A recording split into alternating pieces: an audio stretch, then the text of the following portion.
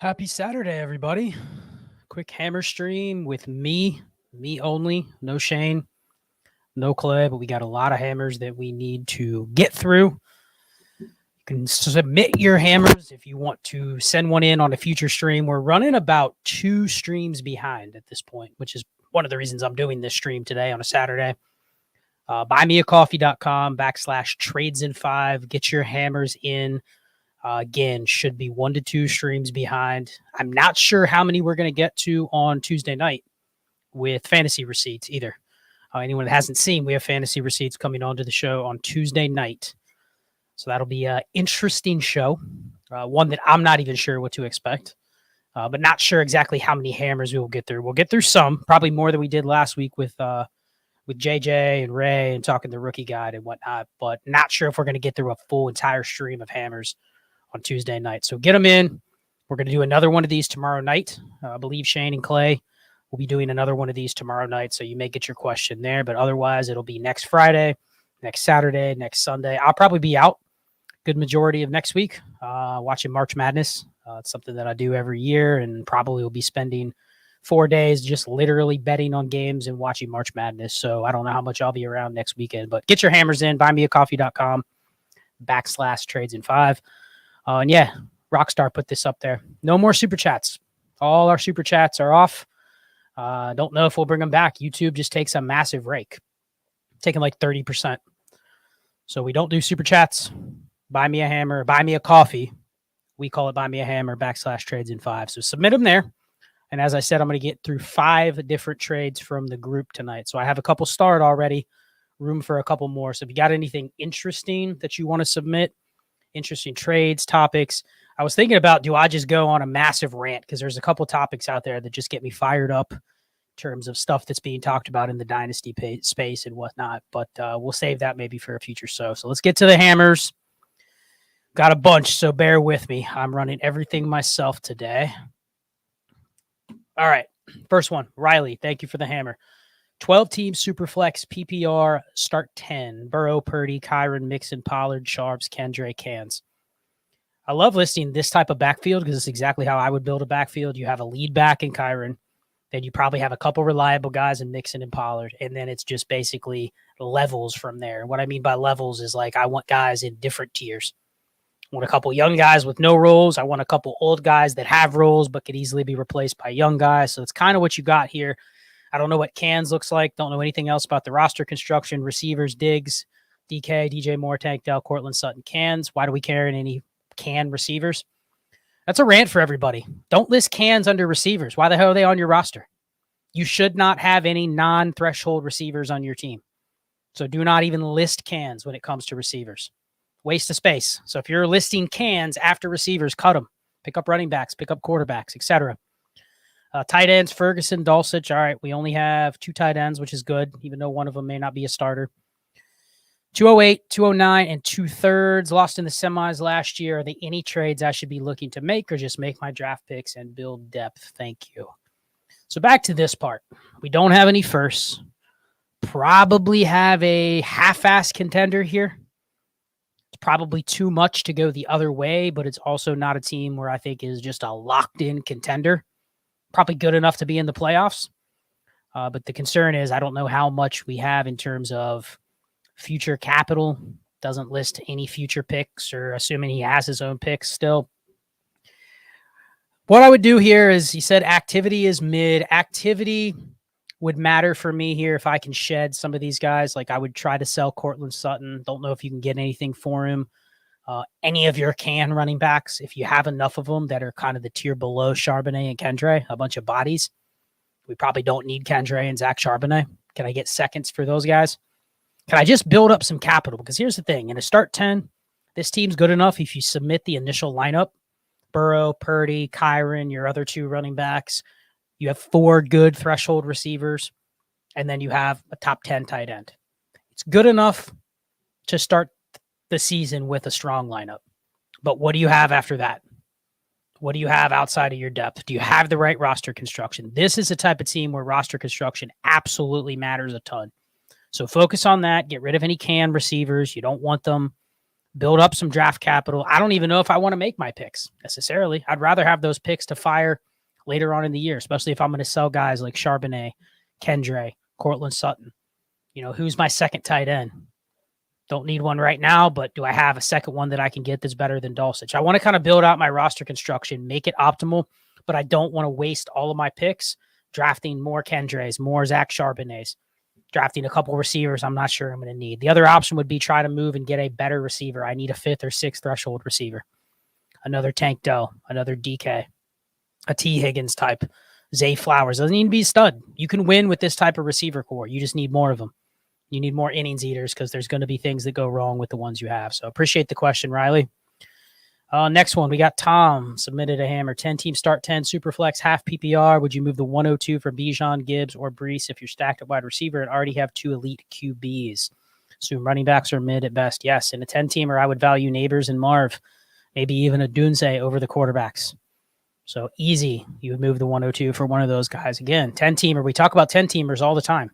You don't need to value the quarterbacks as much. You can roster construct around the quarterbacks more so in a 10-teamer. You probably need more, but because the elite ones are still the elite ones. If you can get Josh Allen, you can get Jalen Hurts, you can get Lamar Jackson, Mahomes, like sure.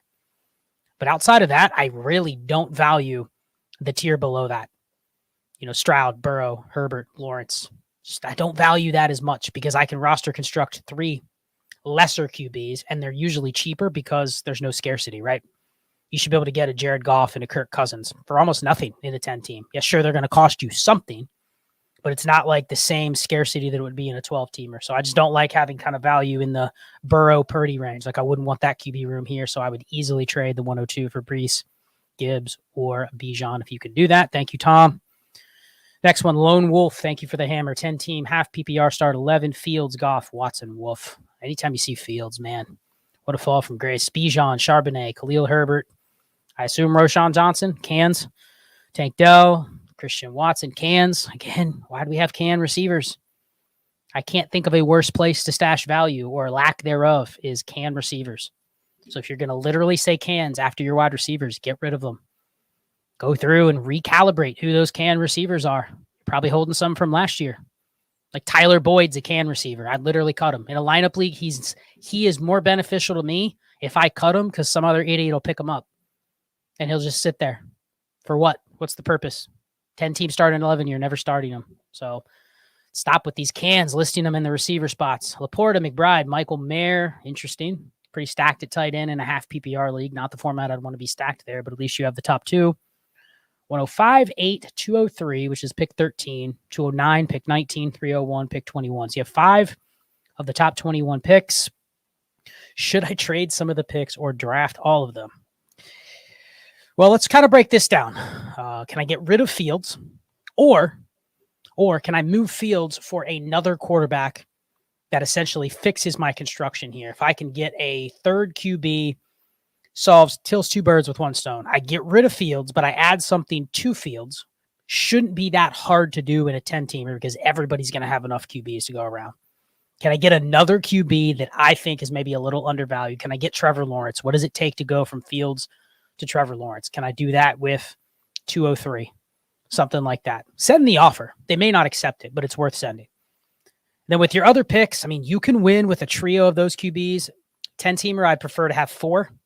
But I don't really want to pay for the 4 that I have unless I can get a true hammer QB. If I could get a true hammer, I would settle with 3. Excuse me, but I don't want to pay for any of the QBs if I'm going to go with the 4 QB build. Bijan, you got an anchor there. I don't know how many cans. I don't know how many roster spots. Trade some draft picks or draft all of them. What can you get for him? Can you move McBride or Laporta for a receiver? We definitely don't have enough receivers here to contend. Excuse me. Don't have enough receivers here to actually contend. Given your number 2 is Christian Watson, you need to get some receiver firepower. So what can I move Laporta or McBride for? Can I move Mayer for threshold receiver? An innings eater? Can I move him for Deontay Johnson?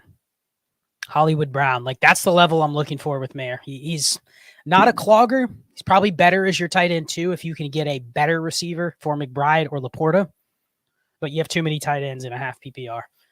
So shop around. I mean, those picks are a little undervalued here if you're looking for receivers. If you have to make the picks, at least this is a class where you're going, all right, 108, 111, or 113, which is the 203. I mean, you're probably taking a Roman Wilson, Lad McConkey, A.D. Mitchell, someone like that. Like, you're getting a quote-unquote possible threshold receiver there with one of those picks. So if you have to make them, this isn't the worst class when you're receiver needy like this team. So thank you, Lone Wolf, for the hammer. See what else we got in the chat here. See if there's any interesting ones. Yeah, Justin, good question or good comment by Justin. Non-Superflex, you don't even need more than 2 QBs. The only caveat is sometimes you get these leagues where we've done a couple roster reviews with them where it's a 12-team 1 QB, but it's like 30-man rosters. And anybody that's in a league right now and you're in one like that where the rosters are too deep, but the starters are too shallow, especially 1 QB, it just creates this inefficiency where what's going to happen is everybody is just going to have to fill their 30 roster spots. So they'll carry all the backup QBs. We did one this morning and it was like 1 QB, start 10, 30-man rosters. And every team had like 6 QBs. Every team was carrying Jarrett Stidham and Gardner Minshew, Jake Browning. All the backups were rostered. So even though the replacement value in a 1 QB should be extremely easy to obtain, it isn't. And the reason is just because someone else will be carrying those quarterbacks on their rosters for no reason. Because they don't have anything else to roster. They're going, man, there's no running backs or receivers to pick up.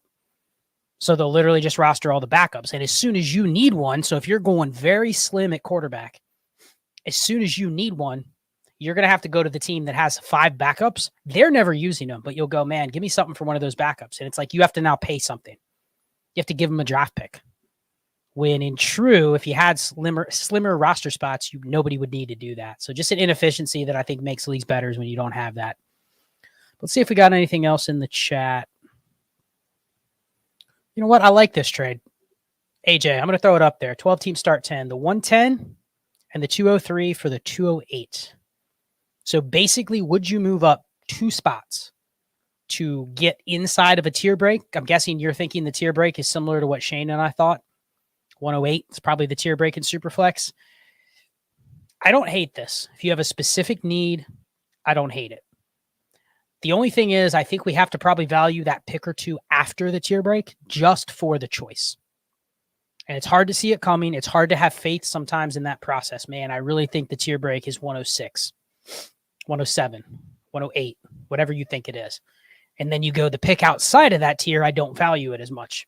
But if someone's going to give you essentially another placeholder, which 203 is a pretty strong placeholder in this class, you're willing to now gamble that you're not going to get your choice at 108, but there's going to be something at 110, whether it's the RB1, the wide receiver 4. You're going to get one of those at the 110 if you want it, because we're probably looking at 4 QBs in the top 8 plus Bowers plus the 3 receivers. So right now, that's probably the tier break, 109 or 110. So you would go, man, I don't really value that 110. But it's going to have some demand. Whether you like the player or not, it's going to have some demand. Whoever gets the next choice up is going to probably want that pick. So that's a real tough one. The reason I put that up there is because I'm not even sure of the answer. I'd probably lean the 108 if I need a quarterback, because I think it gets me in striking distance to be able to make sure I get a QB. Even if you think McCarthy's going to go 106 or 107, I'm at least in striking distance. So it's like I know 108 is going to get me closer to that than if I try to move from the 110 and the 203 to the 106. That person's probably not going to do it. If you have the 108 and they see you have a pick inside the tier and they're targeting tight end or receiver, they'd be more apt to trade with you then. So if you have a need, I would do it. If you don't have a need and you're like, I'm comfortable with taking whatever falls to me in this draft, I'm keeping the picks. So appreciate the question, AJ. Back to the hammers. We got one from Tommy C. 10 teams, start 9, half PPR, 4-point passing touchdowns. So extremely shallow, 90 starters. I assume Superflex, given the quarterbacks. But TLaw, Jordan Love, backups, Kyron Williams, cans, Puka, Zay Flowers, T. Higgins, Calvin Ridley, cans, Andrews, McBride.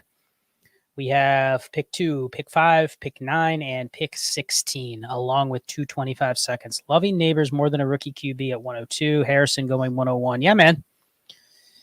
For sure, Neighbors is the 102 in that 10-team format. Caleb Jaden won't fall to 105. Unsure on a rookie QB. 105 or 109 for 103 or 104 to get Caleb and Daniels too steep.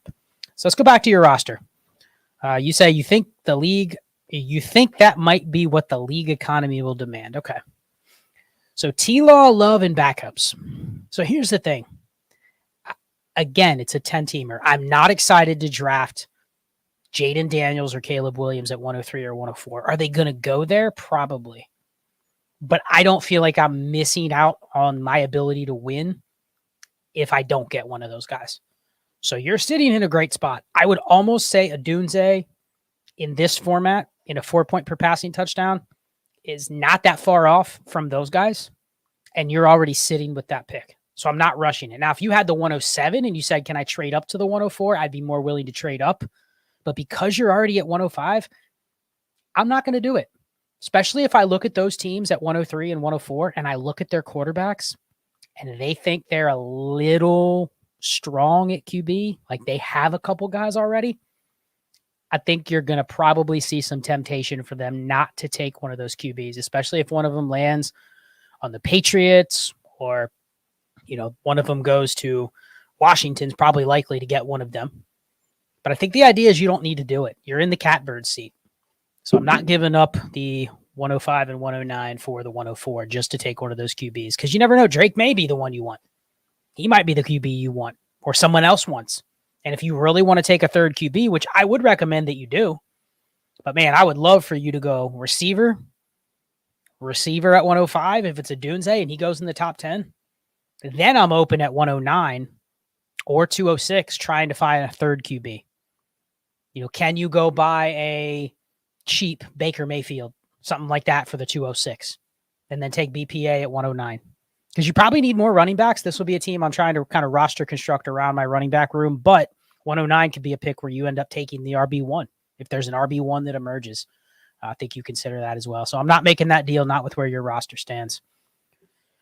Triple hammer here. Anthony West, 10 team start 11. Kyler, A-Rich, Watson. Now that is a QB room in a 10-team Superflex. Love it. Because you're going to want to have 3, I don't want to say elite ones, but 3 ones where you can probably say they have multiple years of trust.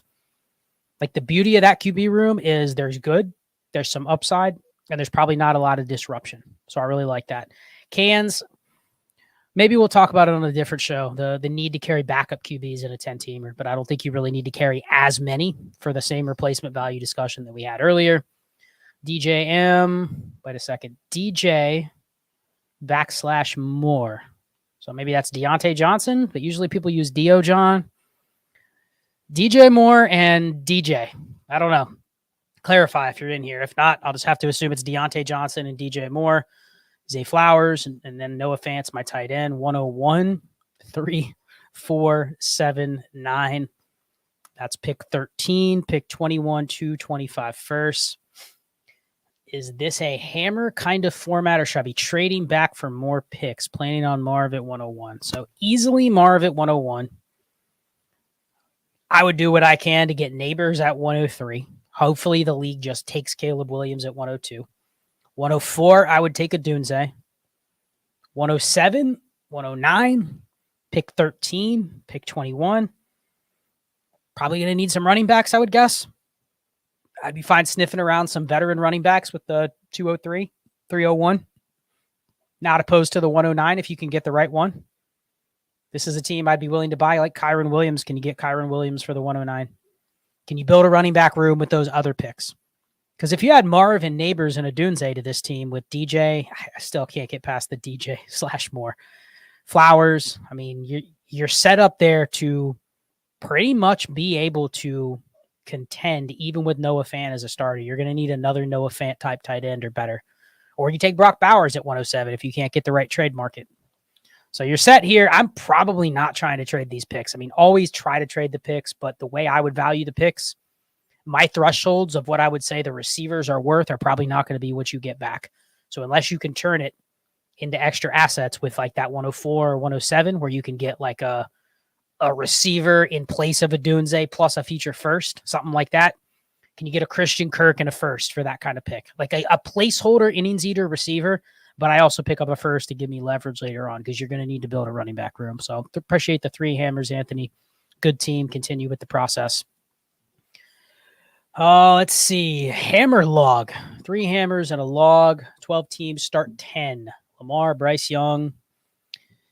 And there's something with this Google form because it doesn't put slashes where you need it. And then sometimes it puts 2 slashes. So we'll have to kind of fix on what that might be. But Bryce Young and then immediately C. Brown.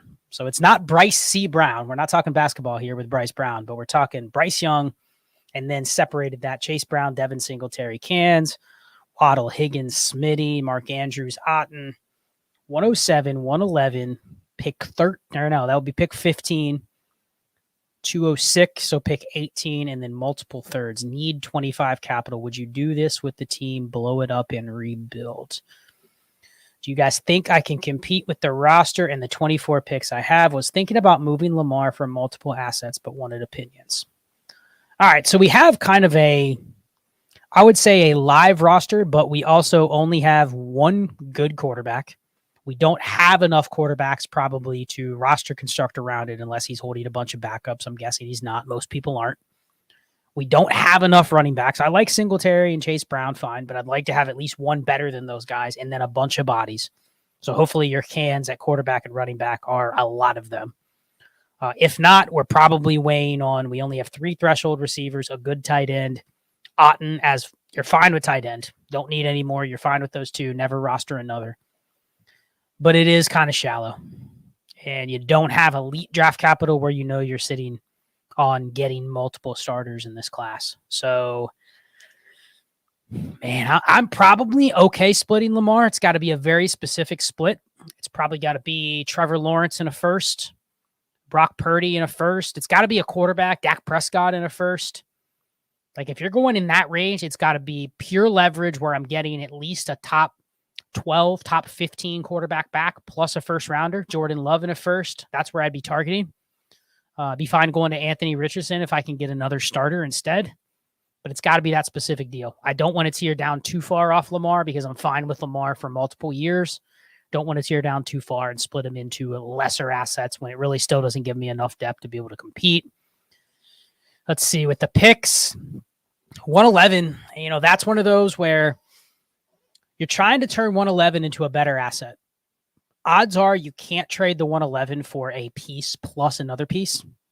So can you buy a receiver that can help you plus get a second? If you can't do that, that is where I'm willing to kind of roll the 111 to the future. But I think this is an important topic for people to understand is that when you're going to do that, it's a 50-50 bet. If I'm moving the 111 for a future first, because we talk about this a lot, at what point do you trade out for a future pick? Could be 109, could be 110, 111, whatever. It's going to depend on how your league values things. It's going to depend on if there's a tight end premium, if there's a point per carry, like how deep is the class in terms of people think they're going to get an actual starter. But I want to be selective when I do that. Like I'm going to, and I hate to say it this way, but I'm going to like the weakest manager in my league. Like the weakest manager in my league that doesn't have a bad team. So I'm not going to try to go to the team that's just tanked for 3 straight years. But I'm trying to go to a manager where I'm like, that person's not that active. They're going to be stuck on their priors too long. Basically, they're going to mess it up. I don't trust them to build a good roster. And even if they make the playoffs, they're not going to win. I'm going to turn that 111 into the 107. Ideally, things fall apart. They don't know how to salvage it. It ends up being the 104, 103. Like that's the best case scenario. But otherwise, that's what I'm trying to do with one of those picks. If I can't, I'm willing to make the pick. But if I'm doing a 1-for-1, it's got to be somebody that I'm confident in, that they're not going to finish at the top. If it's just a great team, I'm not going to re-roll it. So no, I don't think this team can compete. I think you have to probably split Lamar.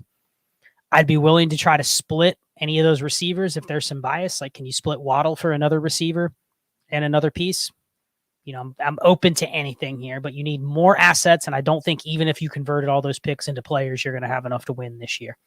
and need 25 capital, there you go. Don't blow it up and rebuild. I think you have a couple pieces. And I'll just say this. If I have a team that I'm trying to retool like this, I'm not interested in just shipping off guys like T. Higgins, Jalen Waddle, Devontae Smith. They have multiple years as innings eaters receivers. Now, I would sell them.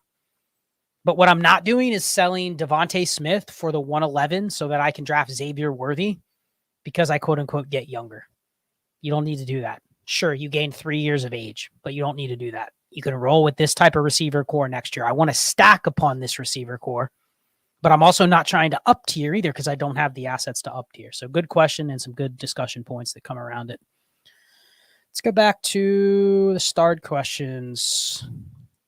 Reward Justin. He was the first person in here this morning, or one of the first in here with this question. He asked, do I take the 212 for Gardner Minshew now or wait to see if the Raiders draft a QB? He's my QB 5. Justin, I know you're greedy, but if he's my QB 5, I'm taking the liquidity of the pick. Because here's the thing. I can probably turn the 212 into a future second, which I can use during the season. And guess what I would want to buy during the season? Probably a spot start quarterback. Maybe 2 spot starts out of a quarterback. Maybe a spot start running back. Maybe a running back and a third, and I give up a second. But he's your QB 5.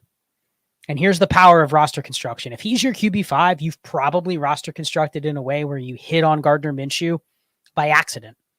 You know, you got him before last year. You were just holding him as a backup, and he's come this far from backup to starter all last year to now a bridge starter this year.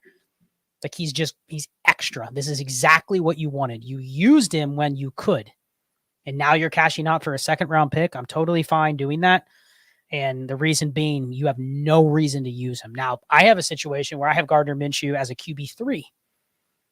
And there, I'm still willing to take the second. But if you said, hey, you know what? I'm fine rolling with him as my QB3 because he's already the lowest common denominator, then okay. But I'm taking a pick for him easy right now. Doesn't matter if the Raiders draft a QB. What do you expect? He's going to be worth double that. You could get the future second and a third for him if the Raiders don't draft a QB. You're never getting a first.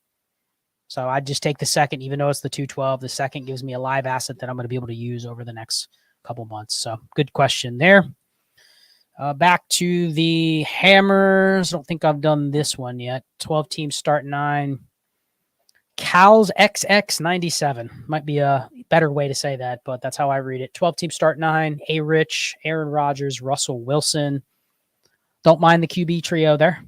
Got 2 crusty old starters that really have no trade value other than what they can give you. So perfect that you're sitting on both of them. Bijan as the anchor. And then we have, I assume, just Ramondre Stevenson. No other running backs listed. Tyreek, Chase, Garrett Wilson, Chris Olave, J-Mo. We'll sell that J-Mo. Start 9. Take any second you can get for J-Mo. See ya. Or try to package him and get a better piece. Laporta. 306 this year. Okay, so just the 306 this year. 25 first and second. Was offered the 103 and a 25 first for Chase. Not a bad offer. If you needed a QB, I don't think it's awful, but I also think the 103 it's probably a fair offer. But what you're trying to probably build here, I don't think I need to do it. And countered 103 and 106. Interesting. I want to defer to the crowd on this one. It says he wants to improve at QB, but could also leverage 103 with the 105 owner who needs a QB. Smart move or hold. What's the crowd think on this one? What do you guys think? It's a start 9. We have a great receiver core. Lack some depth, but we already have 3 QBs. Giving up Jamar Chase in a start 9 for the 103 and the 106. Would anyone consider this in this situation? What do you guys think? I'm torn. That's the reason I'm asking everybody, because I'm kind of torn. Because you're probably getting Neighbors at 103. And you're getting a 25 first. I'm a sucker for this type of deal. My boy Cody says hold Chase. No, keep Chase. Keep Chase. A bunch of keep Chases. Yeah. It's probably right. Can we get greedy? Can we go 103, 106, and a 25 first and just tell the person, hey, you really want Jamar Chase? This is the price? I assume we would do that, right? 103, 106, and a first. Got to take that deal. Got to take it. The power of 3 firsts, including 2 top 6 picks plus a 25. If I can do that, that's my counter. But yeah, if you get that, that'd be what I would counter with. And I would just say, listen, it's a start 9. Hammers are what matters. You got to sell them on this is their opportunity to get a hammer. They're hard to get. So not only are they hard to get, but you're actually willing to move one, and this is the price. And if they don't want to, then they don't want to. So try that counter, but otherwise I'm passing. Cows XX97, thank you for the question, my friend. Good old someone, another super chat or another hammer. 4 hammers from someone. Someone literally donates hammers every single stream. And I know there were multiple someones, according to Clay, but still, it's cool to see this many hammers coming in from the same 1 or 2 people. So we really appreciate you. 12 team start 9 super flex, half point tight end premium PPR. Otherwise, CJ Stroud, no other QBs listed. Okay. Jonathan Taylor, Tony Pollard. All right. I'm okay with that backfield. Olave, Christian Watson. Oh, man. QJ is my wide receiver 3. Dallas Goedert, Jake Ferguson. Okay. 101, and then the 110, 203, 210, and all my futures. Should I try to make this a contender or tank for another year? Thinking to take Williams at the 101, but maybe I should trade the 101 for multiple pieces. Yeah, man, it's a start 9. I'm okay with Caleb Williams at 101. I'm okay with Marvin Harrison at 101. I'd love to move back from the 101 to the 102. Will they give me the 102 and a 25 first? And I'll give them, you want QJ? You want Dallas Goedert? You want Jake Ferguson? You want Tony Pollard? Like, I'd kind of go, hey, Tony Pollard, Christian Watson, QJ, Dallas Goedert, or Jake Ferguson. You give me a first, and I'll give you 2 of those guys. You pick. I like doing that. I like giving people choices. We like choices in life. When you go somewhere and there's 5 choices of a product, you're more apt to buy one of those products. Now, it may not be the one that they want you to get, but you're more apt to buy it when you have choices, and you can kind of gauge which ones you like versus the price. So that's what I would do here. I'd kind of throw all those in a bucket, and I would just tell them I need the 102 and a first, and I'll give you the 101. Let you choose between Caleb and Marv, because I really don't care which one I get. And then you give me a first. And it kind of helps me next year. This team definitely needs to tank. Then you can focus on, okay, can I trade JT? Can I move one of the other tight ends? Can I move both tight ends if somebody doesn't take a tight end in the offer that I made? But yeah, I'm fine tanking this team for 1 more year. Trading down, since you donated 4 hammers, let's think about trading down. Outside of that trade, I'd be willing to go down to probably the 103. 103 and a first I'd be willing to do. 103 and another wide receiver I'd be willing to do. Somebody in the innings eater range. A DJ Moore, an Ayuk, a DK, a Pittman. I mean, I'm willing, essentially tacking on something with first round value or equivalent to go from Harrison or Caleb to Neighbors.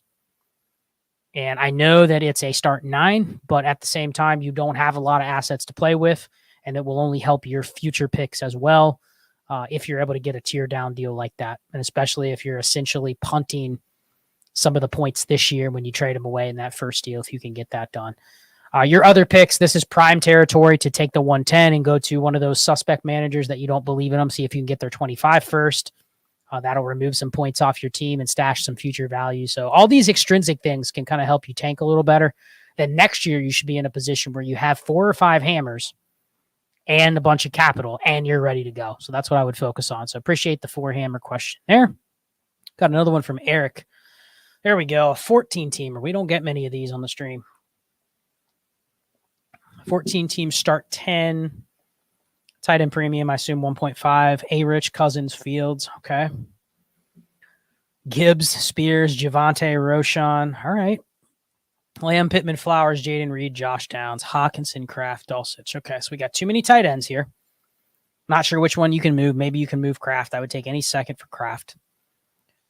Fields, it's a 14-teamer. I know we've talked a lot about Fields either on Trades in 5 or on Destination Chill, but like Fields in a 14-teamer, I'm still blown away with how many people are still trading for Fields. Like legit, go to Dynasty Daddy, pull up anything where you can look at future or trades that have happened recently, and just look at some of the future capital that is being given for Fields. Like legit, hey, I'll send a 26 first for Fields. I'll take the gamble. It's just wild to me that people are still out there, even though everything the NFL is saying is that Fields is not a starter. People still out there trading for him. So this is a 14-teamer, which means there's probably some teams that are down bad at QB. I'd be seeing what they would give me for Fields, even if it's not a first. Will they give me a starter? Because this team is close. With A-Rich, Cousins, you have the 104, so you can take a QB there if you want, or you can take Neighbors. I'd probably go QB if you're able to move Fields. But if you can get, let's say, a wide receiver 2 type for Fields, a guy that's like worth a fringe first, maybe like a Rashee Rice, somebody like that. If I can get something like that for Fields, I plug that guy into my starting lineup. It gives me another threshold receiver. Now I'm sitting on probably 6, 7 if I draft one. I'm probably going to end up drafting one, either Odunze or quarterback at 107. That's the beauty of having the 107 and the 104 here is you can look at like, where do I think the QBs are going to come off the board? You may get to 104 and there's only 2 QBs gone. You can decide, okay, do I want to take receiver here? Do I want to go, let's say it goes Marv, Caleb, Drake May, or Jaden Daniels. At 4, you could go, okay, I'm going to go Neighbors. 105, 106. One might take Bowers. One might take the other QB. But I'm also kind of guessing that there's going to be a QB there for me at 7. Whereas if you're picking at 104 and you take a QB, now you're like, I may get stuck with the QB at 107. If McCarthy is the best player that falls to me. What I don't want to get stuck with is probably Bowers and McCarthy at 107. So you have a good spot where you can play that, against each other because you have 2 of those picks. But yeah, I'm seeing what I can get with Fields. Got a trade offer on this same team. Cousins, Flowers, 107 and a third for Trevor Lawrence. Okay. Nico and Chase Brown. That is close. I like getting Chase Brown as a throw-in with your running back room. Yeah, you know what? I'm actually okay doing this deal because I can still move Fields for what I was just talking about. I swap Flowers for Nico. I might prefer Nico a little bit over Flowers, but all intents and purposes, they take up the same spot. And I'm essentially paying the 107 in Cousins to get Trevor Lawrence. I feel a lot better with Trevor Lawrence and Anthony Richardson. And I still have Fields to move, and I still have that 104, which now I don't even have to worry about finding a QB. I'm just going to take Neighbors there at the 104. I feel real good about that. And getting Chase Brown added to this running back room. Gibbs, Spears, Javonte, Roschon, Chase Brown. Almost a perfectly constructed running back room. You got Gibbs as your anchor. You got high-efficient Spears as my RB2, and then you have some different levels of running backs. So I really like that trade. Normally, I'd be a little conservative, but in a start 10, being able to up tier at QB using Kirk Cousins, that's the key here. If I can do that, well worth it. Paraco, next question. Thanks for the hammer. 1 QB, start 11, 12-teamer. Bijan, trash. Okay. Kincaid, London, Garrett Wilson, Rashee Rice, Jaden Reed, JSN, Tank Dell. All right. Love those threshold receivers, man. 1, 2, 3, 4, 5, 6, plus the 102, which is gold in a 1 QB. 104, 5, 7, 12. Trade JSN, Rashee Rice, and Tank Dell for Puka Nacua, Zamir White, and Antonio Gibson. No, I'm good. Good on that one. Not giving up 3 threshold receivers that are all still young, all have the potential for the year 2 bump. Not doing it. Not doing a 3-for-1 where I get back Zamir White and Gibson. I'm good. I'm hoarding receivers. I'm guessing anyone in the comments in here are, if you play in 1 QB, let me know. But I'm guessing people are obsessed with receivers even more than Superflex because there's just no quarterbacks to be able to trade. I'm guessing that if you have this many receivers, you have a lot of ammo to play with, along with those draft picks. Yeah, I'm not giving up a 3-for-1, no chance. So if that's all you got, pass on that. If I could get a 2-for-3, where I give up those 3 and I get another player equivalent to Puka Nacua, if you're giving me, well, not Garrett Wilson because you have him, not Drake London because you have him. Yeah, if you're giving me like a AJ Brown or something like that, fine. But it's a start 11 with only 1 QB. I assume you have to start a tight end and 2 running backs. But dude, that's 7 flexes or 7 receivers in flexes. It's like, give me every one of those receivers in a start 11, 1 QB. Every one of those receivers you have, plus probably your first 2 rookie picks here, are starters. Like, I'm not treating that lightly. I probably want 10 threshold receivers in this format because literally the only thing that matters is receivers and high-end running backs. And you already have Bijan. You just got to fill out your running back room with running backs with those later picks or with trades. But I think you're good. Not giving up a 3 for 1. Appreciate the question. Let's get back to the chat here. Yeah, Cody chimed in. What's good, Cody? Put a pick on one of them instead of Naku or to go with Naku. I agree with that. It must be Clay. Eyeball count. We're at 1160-ish right now. 1160. Yeah, let's get the likes up. I'm not on YouTube, so I can't see what the likes are, but they're saying get the likes up. Let's get them up. Let's see. Hide this one. Let's go back. This was, I think, the first comment of the entire chat an hour before the stream started. So let me get this one up there from Matt Gilbert. Appreciate you, Matt, for always being in here. 12 teams start 11, half point or 0.75 tight end premium. TLaw, Bryce Young, Kenneth Walker, Sharps, cans. All right. Zay Flowers, Tank Dell, Jahan Dotson, cans. Hate to say it, but I'd put Jahan Dotson in the can category, even though he does have value, so maybe he's a little bit above a can. Tucker Kraft, Greg Dulcich, cans. Yikes. Picks. There we go. 101, 106, 107, 108, 112, 201, 203, 207, and 212. So we have 9 of the top 24 picks. We have 7 of the top 15 picks. So you're sitting pretty here, Matt. Think I should deal the 101 for pieces. Team with the 103 and 104 is interested. Would you give up? What would you give up on top for both of those picks? Well, Matt, I would start with giving up the 101 for both of those picks. And what can I throw in? What shit can I throw onto the porch to see if they're willing to take the offer? Jahan Dotson, you want him? There you go.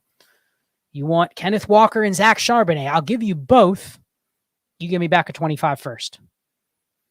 I don't care about having both Seattle running backs. Take them both. So just kind of sweeten the pot. Tucker Kraft, I don't know if he values Tucker Kraft, but it is a 0.75 tight end premium. So maybe Dotson, Kraft, the 101, and I don't know, 212, 207, something like that gets you the 3 and 4.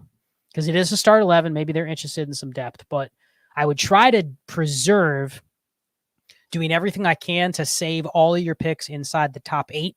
I'd prefer to keep that 112 and 201. Those are going to be, and 203, honestly, those are going to be the swing picks where I think very dependent on how your league values this class in a start 11. I think there's going to be seen as some quote unquote surefire starters in there. I'd rather be holding those picks come draft time. If this was a start 9, I'd be fine fading those picks. But in a start 11, I kind of want to have those picks at my disposal once I see how the draft plays out. So you're not ready to contend here, so I would split the 101.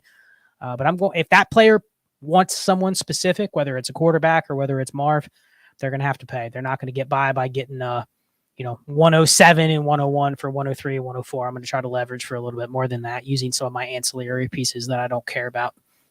So appreciate the question there, Matt. Let's see anything else in the chat. No, yeah. JJG, bro. We got him watching on all platforms. YouTube, Twitter, Facebook. I was combining them. We're at 1236 right now. So come on, give us some credit there, bro. All right, back to the hammers. Got a couple more. Tony Gullo. One hammer from Tony. 12-team start 10, Superflex, PPR, Mahomes, Anthony Richardson. So like the QB room. Najee, Dobbins, Mostert. Okay, got ugly quick there, but at least you didn't say cans. You probably could have said cans for those last two, even though Mostert did have 20 TDs last year. London, Wolf. Judy, number 2 receiver, cans. Again, why are we listing cans at receiver? Just get rid of your cans so you don't even have to put them when you ask a trade. No more cans at receiver. Let's make that a point. 101, 104. I think that's 109. Then no dash between the 201 and the 9th pick. And then the 210 and then future picks. Just got out of the startup. League did a 4-team dispersal from rosters of owners who quit. Okay, that makes sense why it's a little shallower because it was a dispersal, probably not a ton of depth assets-wise. But you're able to leave the dispersal with Mahomes, Richardson, London, and those picks. I don't know why I drafted all those other guys. I don't know why I drafted like Dobbins, Mostert, Najee. You know what I mean? I literally would have just not taken any running backs on a team like this. I've kind of already built out my shell. But he said draft was top loaded, so got the cans real quick. Draft Marv, Odunze, or split the 104, split a QB. Just looking for general advice on this roster. So it's a 12 team start 10. I would liquidate everything. The plan here is we're basically willing to pivot to a future draft, I assume, or a future year. I assume you have your own picks. You said futures, but I assume that also means you have your own 25 picks. If so, it makes this premise a lot easier. I'm getting rid of anything that has any value volatility. Judy gone, Mostert gone, Dobbins gone. I'd take anything, any pick for Dobbins. Wait till he signs. I'd take any pick.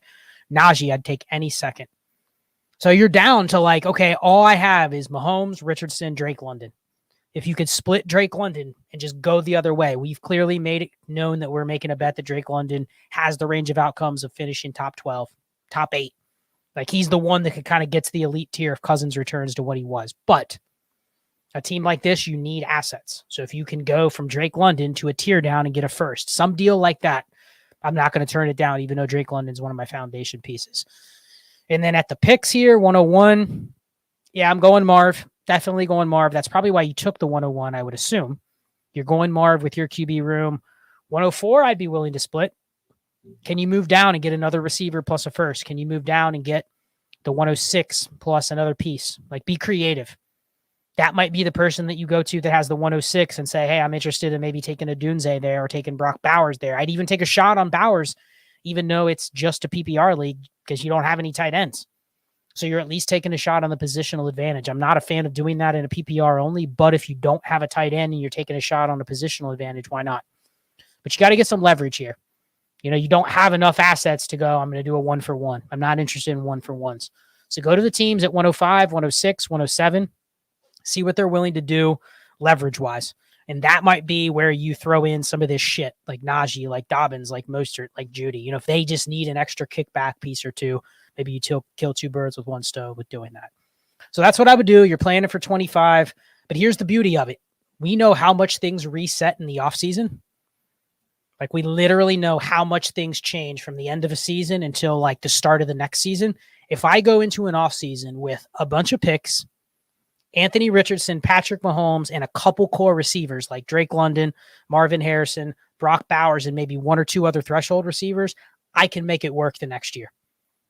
That's the beauty of the way Dynasty is set up right now. You can literally build an entire running back room in one offseason if you have the assets to do it.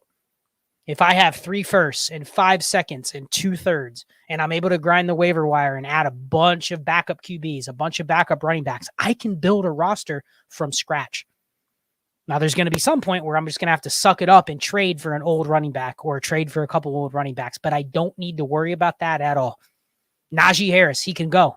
You know why? I can get Najee Harris back next year, but I'd rather hold Najee Harris or Jerry Jeudy in the form of something except for them during the season when you don't need them. So good question. That's what I would do with that roster. Thank you for the hammer, Tony. Oh, how many more we got? We got three more questions. So I'll get to those. Then I'll take a couple from the chat and we'll be done about 5:30 Eastern. We got this one from Matt Ryan, not the quarterback. I was going to make that joke, but then he did it for me. So 3 hammers from Matt, 12 team start 11, 2 tight end premium. So I assume that's 2 PPR and not 2 tight ends. I always get confused, but he says 2 tight end premium. So I'm just going to assume that it is. Well, maybe it is. I don't know. I'm going to treat it like it's 2 PPR because that's most, but I read 2 TEP as 2 tight ends with a premium. And then he says big play bonuses. So I don't really know. Herbert, Minshew, Pacheco, Monty, Singletary, Cans, Amon-Ra, Ayuk, Kirk, Allen, Dobbs, Ingram, Freiermuth, Conklin, and Cans. All right, I'm not even going to get to the second part of the question yet, Matt. There's 3, actually, but I'm not going to even go to part 2 until I just make it clear. Too many tight ends. I'm fine with Tyler Conklin as a backup tight end. Sell Freiermuth. Assuming that even in 2 PPR, like, you don't need that many tight ends. You probably need 3 max. But if there are any that have any value, I'm not interested in holding guys that have any value. And I don't know if Freiermuth has any sell value, but I'm guessing in a 2 PPR, he might. But anyway, part 2, 101, 104, 302, 308, and Yeah, okay, never mind. 302, 303, 308, and then futures plus an extra 25 second is the way I would read that. Came out of the startup with a fun squad, holding my top picks until the very end to see landing spots with the original plan of going QB wide receiver or going Brock Bowers. Want to know your thoughts on maybe fading QB with those picks and roll with the cheapest starting quarterback options at QB2. So I like this topic. Let's go back to the original question. All we have is Justin Herbert. Justin Herbert's fine. I've made it known I've been selling Justin Herbert this week. Have sold 3 shares of Herbert, not because I'm out on him, but I think he's better than what his fantasy ceiling is going to be for the short term. So I'm okay kind of shorting that stock for now and basically saying, all right, I'll get out on Herbert. There's going to be an opportunity to get back in on him, maybe at like what TLaw's price is now. Like I wouldn't be shocked if TLaw and Herbert flip-flop spots after this year, or they're very close together.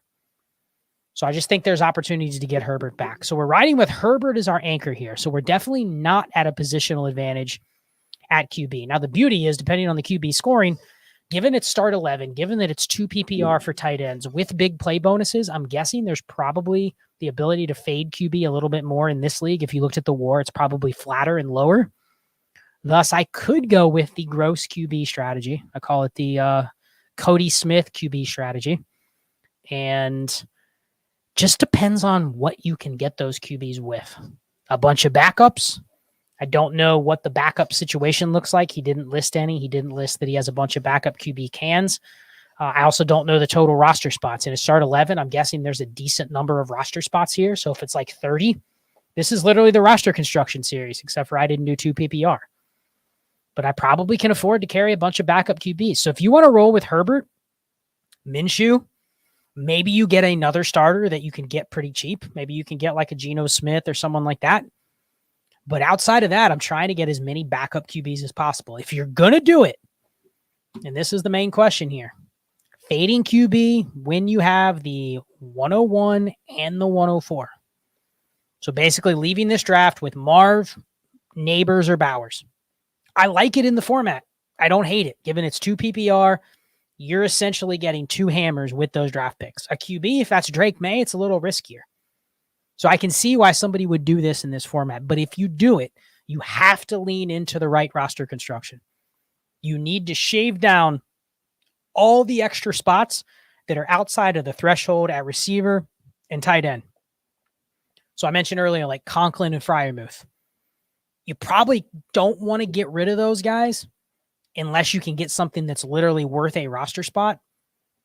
But you're almost kind of looking at, man, I'd love, if I don't ever need them, I kind of love to get a quarterback instead of one of those. So especially somebody like Romeo Doubs. Can I get a second for Romeo Doubs? Can I get 2/3 for Romeo Doubs? With the key being, I'm not only getting the 2/3, but I'm getting 2 backup QBs that I pick up off waivers. So you're almost getting 4 assets. And I'm fine doing it because, all I have to do accumulate enough receivers and tight ends to get by. I don't know, man. It's risky, but I'm okay with it because you already have 3 placeholder running backs. You have the extra picks also with the futures and the 3 third-round picks. You can probably draft running backs or trade those for future picks and use those during the season to supplement your running back room. So I don't hate it, but you just got to make sure you roster construct right. Let's see what else we got. Back to the chat. There you go, buddy. Floater QBs for life. There you go. Cody Smith strategy could work for Connor Porter's 70 starter league. I think I had one more non-hammer here. This was one I pulled from earlier. The Red Eye Jedi. Cool name. 12-team start 10 Superflex with half-point tight end premium, or half PPR with half-point tight end premium, so 1.0. Give CJ Stroud, Rashid Shaheed, and the 24-111. I get CeeDee Lamb, Rashad White, the 25 first and a 26 first, and the 204. His team is mid at best with the new ads, so the firsts are juicy. What's the crowd think about this? 12 teams start 10, half PPR, 1 PPR for tight ends. We're giving up Stroud, but man, we're getting Lamb, Rashad White, and 2 firsts. I'm taking it. I got to probably pivot at QB now, but you're getting too much value. I mean, Rashad White's probably not worth a first, but he's the second best asset or the third best asset in the deal aside from the 2 other draft picks you're getting. So you're essentially getting asset 2, 3, 4, 5 here. I think that's too much. And the 204, honestly, is probably better than Shaheed in the 211. So arguably, you are getting 5 of the top 6 assets in this deal. I got to take it. It's definitely more fun if I have that package side. Go see what you can do with. But yeah, even though you're giving up Stroud, that is the definition of sell high on Stroud. Shane would be proud of that one as he's been advocated to do the same thing. So great deal. I would hope this one would pop into my inbox if I was trying to sell Stroud. That's like exactly what I'd be looking for. You get a cornerstone piece in Lamb, who you probably value maybe a first-ish less than Stroud, but you're getting Rachaad White plus 2 firsts. Yeah, you got to take that all day. Good question. Appreciate it. Let's see. We got 2 more. I think we only have 1 more hammer, actually. Then I'll take a couple from the crowd, and then we'll end this. 3 hammers. Spencer White, 10 teams, start 11, half tight end premium, PPR otherwise. Mahomes, Stroud, JT, Chubb, Cans, Jefferson, Puka, Tyreek Hill, Jaden Reed, Josh Downs, Christian Watson, Cans. More Cans at receiver. Why? Why more Cans at receiver? Kittle, Cans. Why are we carrying Cans at tight end? 107, 110, 201, 205, 202, plus the futures. Traded away Jalen Hurts and the 104 to get Stroud and Puka. All right, I don't mind that. No leverage. I can see why somebody thinks, man, 104, I'm getting Malik Neighbors and I'm getting Jalen Hurts. That's a square deal right there. It's a 2 for 2. There's no leverage. You could be right. They could be right. Coin flip. So not a bad deal, but not one where I think it moved your roster any place forward from where it is. Traded away the 108, Addison and Rice to get Tyreek Hill, Jonathan Taylor, Christian Watson. I mean, I don't hate that. I don't hate that. Gave away Addison and Rice essentially for JT or for Tyreek, and then 108 for, yeah, I'm fine with that. What moves to make here to contend? So it's a 12-team start 11, 110 starters, equivalent of a start 9. So it's still a shallow league. And because there's only 10 teams, it spreads the quarterback scarcity out and it makes it lower. So you're good. You probably need a third QB, but you only need 3. Try to find a third QB that you're only going to use during bye weeks and stuff. Should be easier here now that it's 10-teamer. You should be able to get a really cheap, like Derek Carr, Geno Smith, that type. I don't really want to roster a ton of backups in a 10-teamer because the odds that I can do as much with them or trade them is much lower. So I'd rather go with a stable QB3 rather than just roster construct with 6 backups. And then JT, man, you're weak at running back. Chubb, sure, but he's more of like he's like in the Zach Charbonnet, Kendre Miller range. You know, like there's just risk with him. So, I mean, there's really no upside. The only upside is that he returns and he's on the field, which could help you. And then Cans, 107, 110, 201, 202, 205. So you have 5 top 15 picks. Problem is you don't have any in the top 6. So I'm guessing you're probably going to be able to get a QB. I don't know if Bowers will be there or not. I would consider Bowers just because you can backfill essentially a shot at an elite tight end. Even though you have Kittle, I'm fine taking Bowers as long as you cut all your tight ends. So this is another one where if I'm taking Bowers, if I get to 107 and I'd rather take Bowers over McCarthy, which I would because it's a 10-teamer, get rid of the tight ends. Your tight ends are Kittle and Bowers. And if you need a third because the unforeseen happens and they're both gone, fine, pick one up off waivers, but I don't want to carry extras. So slim that down. Get rid of any of your wide receiver cans, slim those down. You probably are going to need to roster a bunch of running backs here. You probably are going to have multiple shots at getting some running backs in this class with the 110, 201, 202, and 205. That's perfect range to get yourself the RB1, RB2, RB3, RB4, whatever. I wouldn't draft all rookies, but those are the perfect picks to go, okay, if I have these picks, I can build a running back room. Betcha I can go get a Kamara. I can get a Joe Mixon. I can get an Aaron Jones. I can even get a Jacobs or a Saquon or a Pollard. You know, like I can buy a couple running backs and I'm fine doing it. I think otherwise this team's a contender. I mean, Tyreek, JJ, Puka, Mahomes, Stroud, Jonathan Taylor, Bowers, Kittle. The only thing that's defeating you here is probably going to be the variance. You have plenty of assets to win. You just got to kind of shift your construction to optimize what you have. And then just hope the variance goes your way. Variance is an asshole in start 10 or in 10-teamer. It just is. Everybody, there's 5 teams that are going to be as good as yours. So it's just a matter of can you kind of get lucky, run hot at the right time. And that's it. And yeah, man, Red Eye Jedi, you're welcome for putting your question up there. I'll take a couple more from the chat, then we'll be done. Let's see what we got in here. Anything interesting? Oh, Nathan, I like this one. I want to hear from the crowd on this. My team is very bad. He doesn't list what very bad means, but I assume if he immediately goes to my team is very bad, are we taking this deal? Let's assume Bryce Young and Garrett Wilson would be like the third or fourth best asset that I have. Are we taking this deal? What's everybody think? Because otherwise I wouldn't do it. But if your team is that bad and you need assets, man, it's really opportunity cost versus process, because your process deal would say take the 2. But the other option would be if I draft Caleb Williams, for instance, is there a better deal down the pike? That's what I'm foregoing if I make this trade right now. It's not about Caleb versus those 2 pieces. The process is right here. And I agree that if Garrett Wilson becomes top 6 receiver or better, like if he gets into that production range, you're not going to regret this deal. But if Caleb Williams is awesome, he has a CJ Stroud or a Justin Herbert rookie deal, you're going to look back and go, my team sucks, but I had a foundational asset and I traded it for what could be 2 mid assets. So that's the risk. That's the risk. I'm torn. I personally, on a team that is so bad, like so bad that I know it is multiple years, I think I'm going to pass.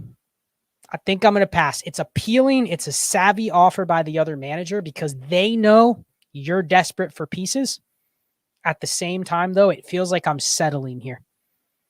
Feels like I'm settling for Bryce Young as that second piece. You know, can I get a future first and another piece on top? You can have Bryce Young. Like, give me 3 pieces and I'm considering it. Give me those 3 pieces and I'll kick you back a second piece. I don't even know what else you have, but is there anything, any hopium I can throw you?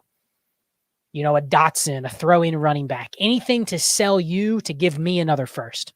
That's what I want. I'm multiple years away. I want only fungible, tangible future assets, which is core players and picks. I don't want anything fringe. You know, you never know. You look at someone's team and they say my team is shitty, but then you look at their roster and you can see why they think it's shitty because they're sitting on a JMO and a QJ and a Deshaun or a Jahan Dotson. And that's why it's bad, because there were bad picks. There were busts.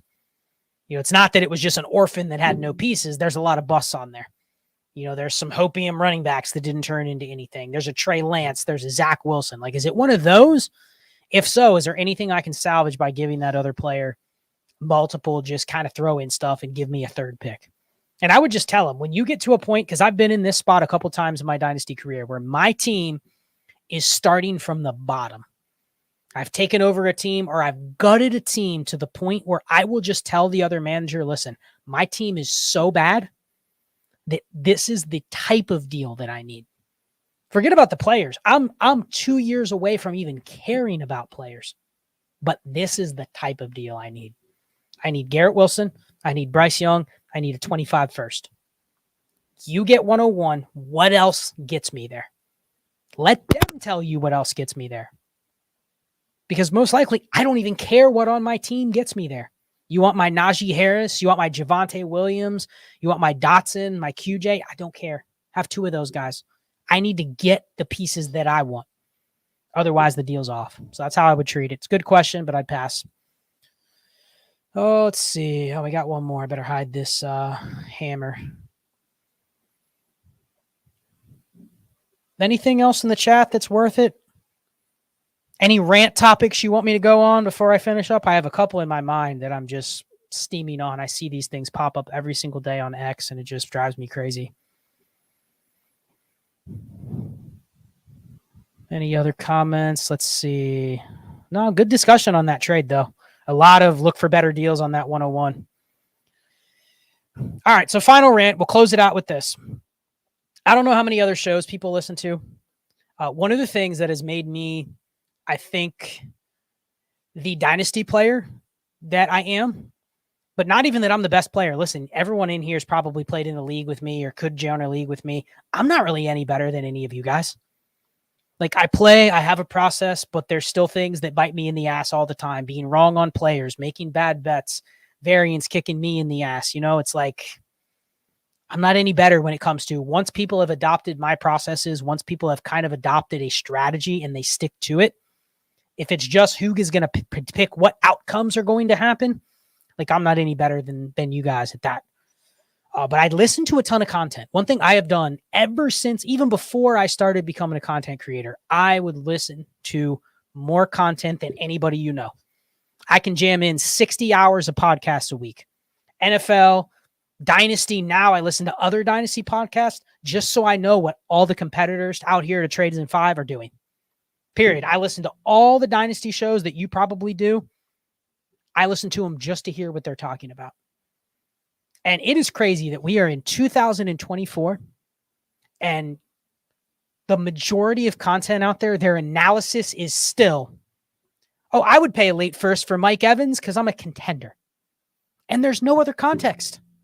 Oh, I don't want that running back. I'm not contending.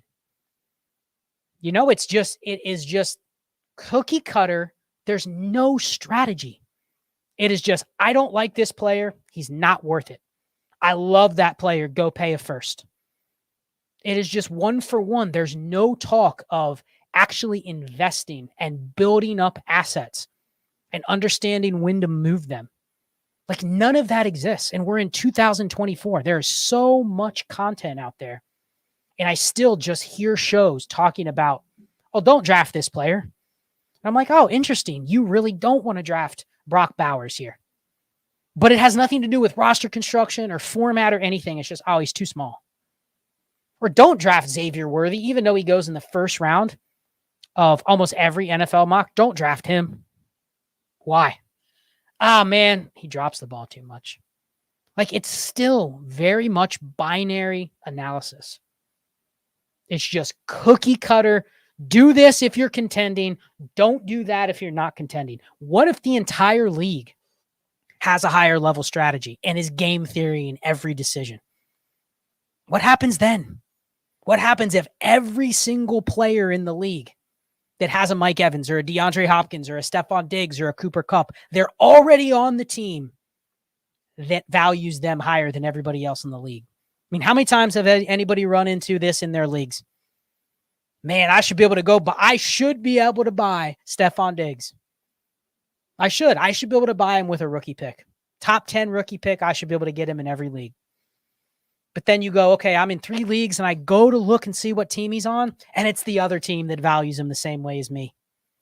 It's the team that has 4 receivers over the age of 30. And they've sold their soul the last 3 years to build this half-ass contender. There's no market. So there's just not any analysis. At least there's not a ton of analysis out there like that. It's just very much do this if that, or don't do this if this.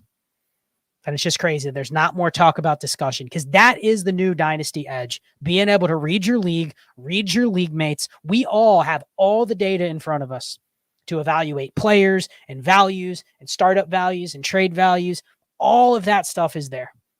And now that you see more people adopting processes, any running back on a 53, any QB on a 2 deep, cans, threshold receivers, all that kind of stuff. How do you beat them?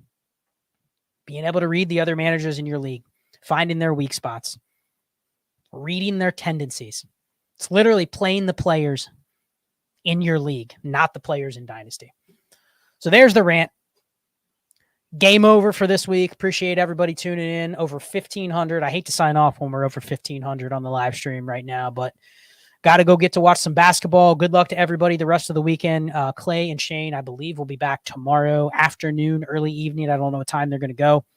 And then Destination Chill, Ray and I will be back tomorrow at 7:30 on Destination Chill. So appreciate everybody. We'll end the stream.